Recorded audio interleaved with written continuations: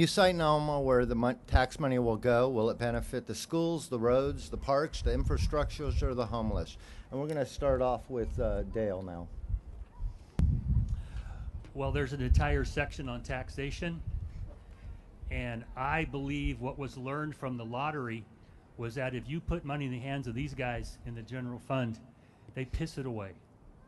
And that's just as simple as I can make it. So there was a special fund set up for this estimated $1 billion that's going to be coming into the hands of the controller, and there are some things it's going to be spent on. There's going to be $50 million a year when it's up and running for redevelopment into cities that have been hit hardest by the war on drugs. The California Highway Patrol is going to get $3 million a year, I think, for 5 years to study how do we know if someone's actually impaired on the roadway when they're operating a vehicle under the influence of marijuana. Because right now, doing a test for per se does not mean anything. If you're a medical user and use 1,000 milligrams a day, you're going to have a lot of THC in your system. It doesn't mean you can't operate a car properly. There is a intoxication under alcohol model out there we're going to have to bust through. Okay, the first thing is going to pay for itself. Then it's going to get $50 million a year for the government to go to redevelopment in the inner cities. There's going to be money going to the University of California to study whether we need to make modifications for this. And at the end of the day, those dedicated funds are going to be 100 million plus. The rest of it, 60% goes into a special fund to target the inner cities where kids are dropping out of school, got substance abuse issues, and they're going to put money into nonprofits through the Department of Health and Education to go in there and try to teach kids and their parents who happen to be drug addicts too, how to get off of this, how to deal with it. 60% of that remaining money goes there. 20% goes to try and clean up the mess that's happening in our environment out there right now, okay? And then 20% goes to a fund for law enforcement and local jurisdictions who are going to try to enforce this. Now, the CHP is named a couple of times because there's going to be ongoing discussions with scientists to figure out how do we protect people on the road. Honestly, I started smoking in 1971, and to think that I didn't drive a couple of times after smoking pot, come on, let's not be disingenuous here. I don't think I was ever a risk on the roadway, but you accidentally take 1,000 milligrams and you're an inexperienced, I don't want you on the road. Because I got kids and grandkids out there. You're going to crash into something, okay? There are limits to how much you can have in your system before you are too impaired to drive. And this is not a central nervous system depressant. So we can't use the alcohol model. So that is where this money is designed to go in the big picture. And there's going to be studies at the University of California and other universities on how do we implement this money to be spent where it can try to undo what the war on drugs and these knuckleheads growing up in our forests have been doing to our environment. Let me tell you how much money is going to schools, teachers' salaries, new school construction, roads, and homeless housing from P64. Zero. When my opponent talks about how no money will go into the general fund, you mean the general fund that pays for our roads and our fire departments? And our police departments? And our domestic violence shelters for women? That's where the money goes for the general fund. Instead, this is a giveaway to special interests. The same people that support AUMA behind the scenes are the same people who support the CHP. This is crony capitalism. This is special interest on steroids. This is a giveaway to Big Pot. There was zero collaboration, zero, from the activist community. They didn't reach out to us. We have lawyers too. We have powerful media departments. They didn't reach out to us. Why? We're not important. This is big, big money.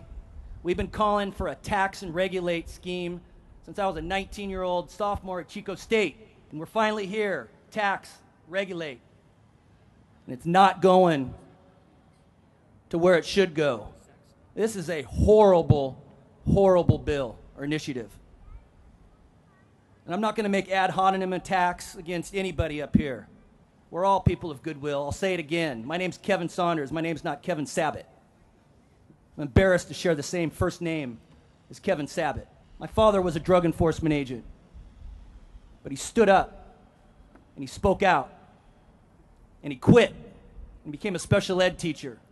I understand what goes on with law enforcement. I've been fighting law enforcement for the last 5 years in Marina after expelled from law school. I understand. I have a mild hatred in my bones for law enforcement, but law enforcement is needed. They're who we call when we're in trouble, when our women folk are in trouble. We have to support police. They have to be at the table. And I was attacked today unfairly because of my and Kitty's connections to the prison guard union. We brought these people to the table, and now they're stuck on the island of medical. There's nowhere going back. So now we can capture that. We have their attention. We can move forward. We need to have law enforcement at the table. These people are going to be needing CBD. The prison guards who basically are in prison themselves are going to be needing CBD.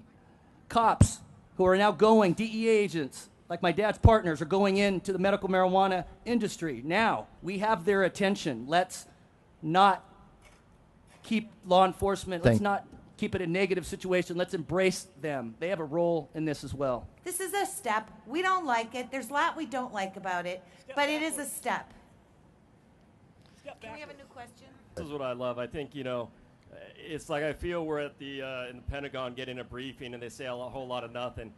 So let me give you as a ground guy what's really going on with this. This money is going into a fund that's controlled by a government-appointed person, the marijuana czar. This is really the purse strings of the governor. Behind the scenes, I can tell you, I talked to almost all these people. We forged, we have access. And this is joked as the Governor Newsom 2024 presidential campaign slush fund. Okay, this is going to be like foreign policy money, foreign aid. And, you know, in Central America, I saw a lot of it. Billions and billions of dollars to El Salvador and Colombia. And it's trickle-down economics. It goes to the rich, and a little bit trickles down to everyone else. So they're going to spread it around to the people who help them. This is the problem with one of the big problems with this bill. It is and promotes continuation of the shitty-ass government system we have, where money is all that turns the wheels of our government. And listen, there comes a point in time, you talk about we haven't been able to put together a bill. I can tell you the We for Warriors is new to this. We're getting behind something in 2018. I think we can push it. Also, the marijuana environment community is changing. So when you say they couldn't do something in 2010 or 6 or 8, yeah, neither did you. This is a bad bill. Vote against it. Right in Prop 64, Section 34019 is what specifies where the tax revenue shall go. 3401081 is the one that establishes the California Tax Fund, and as was noted, is not part of the general fund. And as Dale pointed out, that the lottery and other experiences have shown us, you put it in the general fund, and that's where it starts getting distributed to all the people that got connections, because now there's no strings attached to it. It's general. We can just do whatever we like. Move that money anywhere you want. According to 34019, first we're going to cover the costs of running the program. That'll be for the costs of collecting taxes, but that can't be over 4%. Costs for implementing and administering and enforcing the regulations up through the year 2022. Costs for fish and wildlife, water resources, and pesticide regulation for cleanup. Costs for the controller to audit. Costs for the state auditor to audit. Costs for the legislative analyst's office. And funds to reimburse the cost of applying state labor laws. Next, we send $10 million to California's universities every year for 10 years to research and evaluate the effect of Prop 64. Universities are, I understand in California, public. So public schools will be getting some of the tax money.